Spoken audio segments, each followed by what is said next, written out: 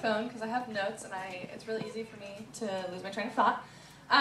But Hunter gave me a really hard question, and he wanted me to talk about all the things that I remembered or the accomplishments that I've had in high school. I have a few that I remember, and we all like to remember our good accomplishments. When we got a reward or when we got that A on that test that we started really hard for. Or if you're an athlete, if you scored the winning goal. I remember there was one really big tournament that I was playing on my club team, and I scored the winning penalty. And then we ended up winning because of me, and I never get to score because I'm a defender. So that was a really big moment for me. But as I looked back on my high school career, the biggest things that impacted me were the really hard moments of my life that I looked back and I was like, God, like, I didn't know where you were, but I wouldn't be where I was today if it wasn't for you. I remember my end of my sophomore year, my first boyfriend of almost 2 years, just left. He broke up with me over text and decided that he didn't like me anymore.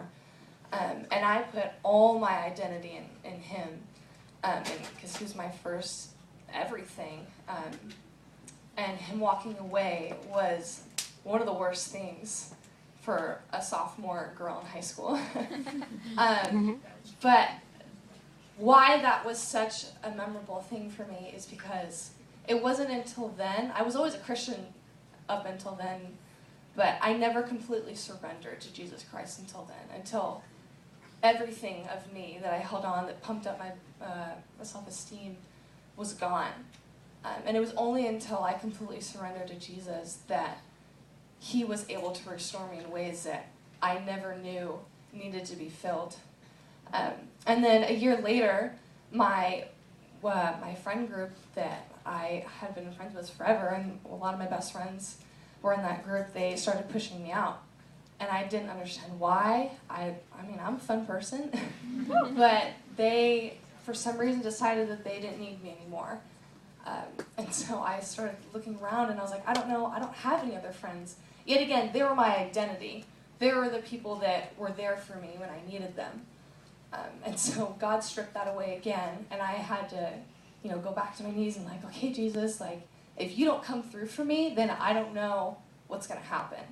So I prayed for my parents. I prayed for like 6 months. I prayed for a really long time to have friends, and I felt super lonely. And that was the time that I was so busy my junior year that I didn't really come to Impact. So I just felt like I had nobody to really boost me up. But when I started coming back and school started thinning out, my Impact group was really there for me. And my Impact leader, Mary Beth, I had a lot of talks with her, and Kristen Lenders was there for me at Delta. And slowly God started showing me people that I'm still like best friends with today. And the difference was they loved Jesus. This other friend group never talked about Jesus. They would mention it like, oh, like that was a really good church service. But my new friends that I found loved Jesus. We would go hang out for 2 hours, and like that's all that we talked about, and it was awesome. And I know that I'm going to be friends with them for a really, really long time. And one verse that I wanted to share with you guys is Jeremiah 29:11. A lot of you guys know that, but that is like my absolute favorite verse. For I know the plans that I have for you, declares the Lord. Plans to prosper you, not to harm you. Plans for your welfare. And a lot of people say that like that's taken out of context, but I think that the context adds so much more. Because in that time, I don't know all of the details, which I probably should have maybe first. But at that time, God is telling his people that they're going to go into war and they're going to be enslaved. And they're like, what the heck, God? Like, that's not fun. But God says that he knows the plans that he has for you. And plans for your welfare and to prosper you. So even though that those are not fun situations, those are plans that he has for you that you wouldn't be the person that you are today if you didn't go through that. And I really liked the verse that Hunter shared that, he who keeps you from stumbling, that he should be praised and have all our adoration.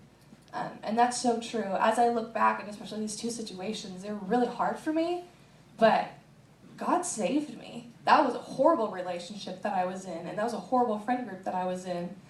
But I didn't get that. God had to strip that away and be like, no, Erica, I'm the life. I'm the one that restores you, and I will never leave you. So yeah, especially as seniors, I want to challenge you as you look back on your high school career. I know that you probably are going to look at all your big accomplishments that you look back that you want to remember. But I challenge you guys to look back at those really hard moments that you wrestled with God, because those are the moments worth remembering.